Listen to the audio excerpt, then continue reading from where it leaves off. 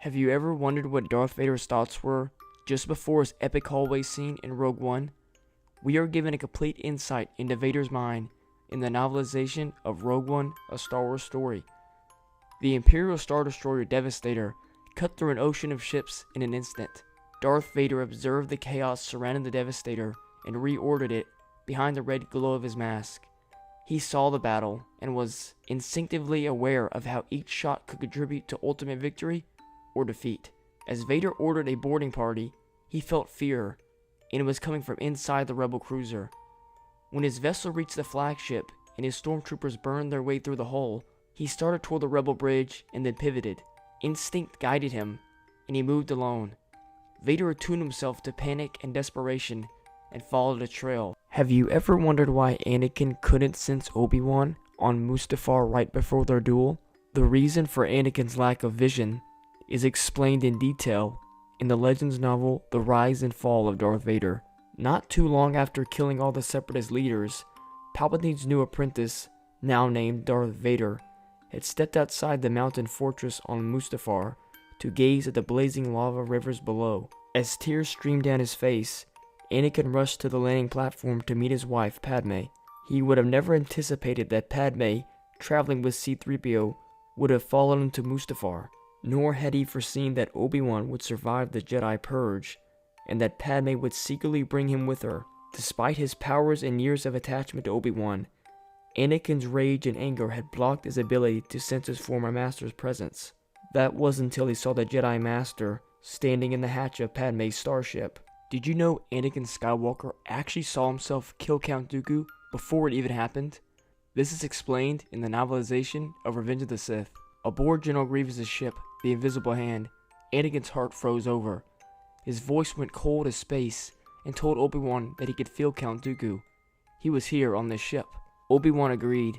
As both of the Jedi realized it was most likely a trap, Obi-Wan told his young apprentice to do the same as they always had. Spring the trap. As Anakin told R2-D2 to stay put, Obi-Wan shook his head, not truly understanding why Anakin was talking to the droid as if it were human. As Anakin was fixing to reply, he stopped in his tracks. He couldn't answer. He couldn't say a word. He saw a memory of something that hadn't happened yet. He saw Count Dooku on his knees, with lightsabers crossed at the Count's throat. For the first time in years, Anakin felt young.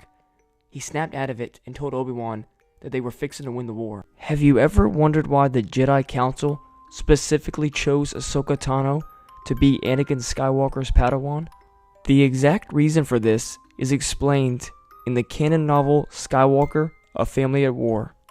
Anakin Skywalker had often felt responsible for matters outside of his control, but until he became Ahsoka Tano's teacher, he had never truly been accountable for another person's fate beyond the clones he commanded in battle during the Clone Wars.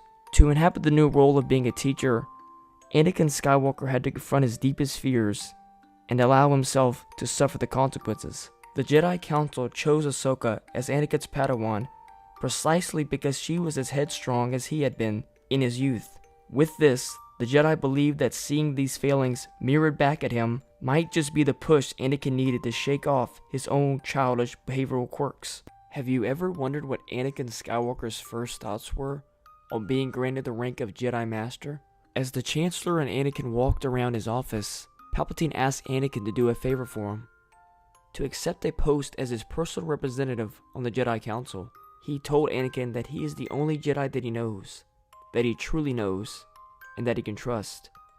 There was no one else who could do this job, to be the eyes, ears, and the voice of the Republic on the Jedi Council. The Chosen One could see himself seated in one of the low, curving chairs opposite Mace Windu, opposite Grandmaster Yoda. He might sit next to Ki-Adi-Mundi, or Plo Koon, or even beside his own master, Obi-Wan Kenobi, and he could not quite ignore the quiet whisper from down within the furnace doors that sealed his heart, that he was about to become the youngest master in the 25,000-year history of the Jedi Order. The lore in this video can be found in the novelization of Episode 3.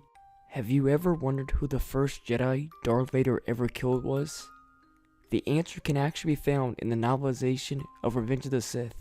Gate Master Durak sprinted through the temple so loud that he sounded like a platoon of troopers. He had seen him on the monitor. It was Anakin Skywalker, and he was alone. The huge doors of the temple opened slowly. Anakin immediately asked where Shaak Ti was.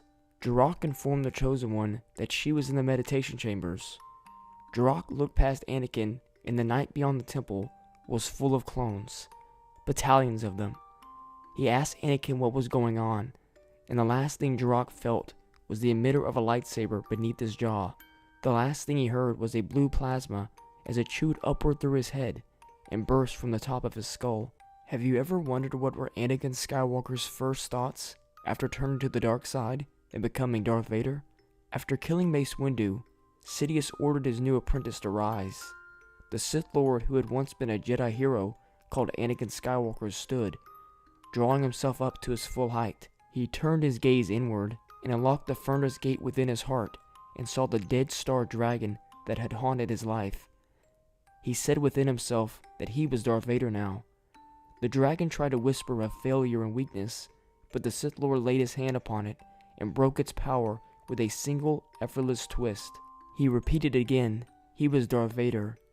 He had finally become what the entire galaxy had called him, the hero with no fear. The lore in this video comes from the novelization of Revenge of the Sith. Have you ever wondered what Anakin Skywalker's thoughts were right after his mother died in his arms? Anakin's thoughts are shown in detail in the novelization of Attack of the Clones. As Shmi Skywalker tried to tell her son she loved him, she went completely still, and Anakin saw the light leave her eyes. Anakin could hardly draw his breath and was in disbelief. He replayed all the recent events of his life in his head, wondering what he might have done differently. He realized he should have never let Qui-Gon Jinn take him away from Tatooine and his mother. Anger and rage were building within Anakin Skywalker. Some small part of him warned him not to give in to that anger, as such emotions were of the dark side of the Force. The Jedi Padawan rose to his feet and took up his lightsaber.